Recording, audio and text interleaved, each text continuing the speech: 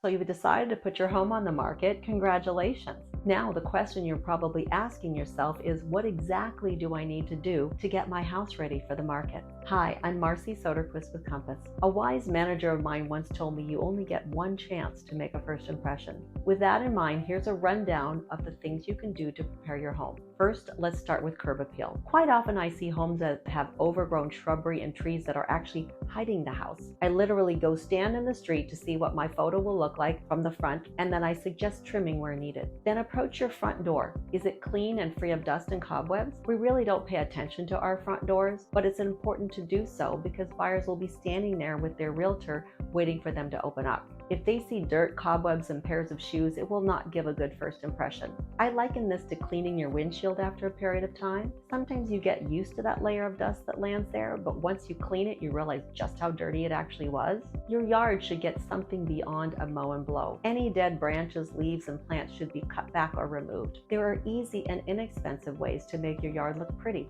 Experienced listing realtors will know exactly what to do and have the resources to help you do it. The most daunting step is the pack, purge, and donate step. If you plan to stay in your house while it's on the market, you will need to edit anything that is not furniture or a decorative accent. A pile of mail is not a decorative accent. A lineup of hot pots, juicers, waffle ironers, and mixers, not a decorative accent. Bathrooms covered with lotions, toothpaste, and makeup, not a decorative accent. I tend to be pretty fussy when it comes to my listings because I've seen it pay off. I'll gladly trouble you to put a few more things away if I know it'll make you thousands more dollars. Think of model homes and new developments. Your home should look like people don't actually live there. This is not easy, I realize, but this will make you a lot more money. I've often said if your home doesn't look noticeably empty, you haven't removed enough. Perhaps there are a few small repairs needed. Take a really close look at each room in your home and make a list of the nagging little things you've lived with but need to correct before the market. Most of us have some things that have lingered for months or years. It's that cabinet hinge that's loose, drawer missing a knob, outlet that's missing a cover plate, or the light bulb that's out. We all have those things. Go through the house and make a note of each of those things and correct them one by one. If something is more complicated, engage your realtor for advice. We are quite experienced at taking care of these details and know exactly what items are important to address and which ones are perfectly fine to leave as is.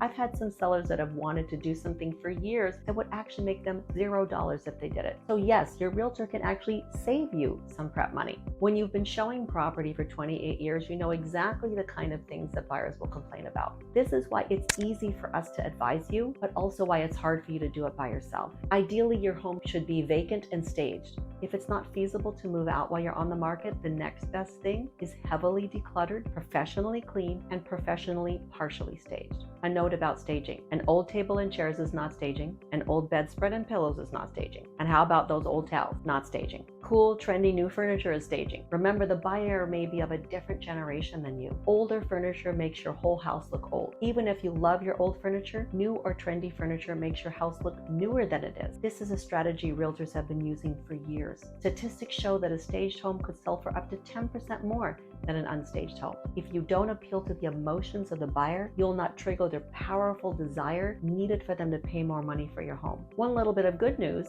is you can store your extra things in the garage. Perfectly okay. Keep in mind, time is money, and you don't want to take 9 months to clear your house out and miss the next big window of opportunity. Here is where you really need the advice of an experienced, trustworthy realtor. They will help you understand market timing, and if there's a need to move more quickly than your plan, they will tell you. Also, colors and styles can change. You want to be ahead of the trend, and your realtor will help you choose the colors and styles that will offer you the biggest return. You don't want to choose things that will turn buyers off. Your idea of the color of bark or rocks, for example, may not be what buyers like. The last thing you want to do is spend money on improvements only to have it be the wrong thing to do. I once had a seller repaint their patio the same color as it was for many years. It was the worst possible move they could make. All everyone talked about was why in the world the sellers painted the cement that color. You don't have to do this on your own. Realtors are experts in home presentation. This is the fun and easy part of the job. Within an hour, you can know exactly what you need to do or not do. Even as I share these tips with you here, I would highly recommend engaging a realtor to guide you. The bottom line is,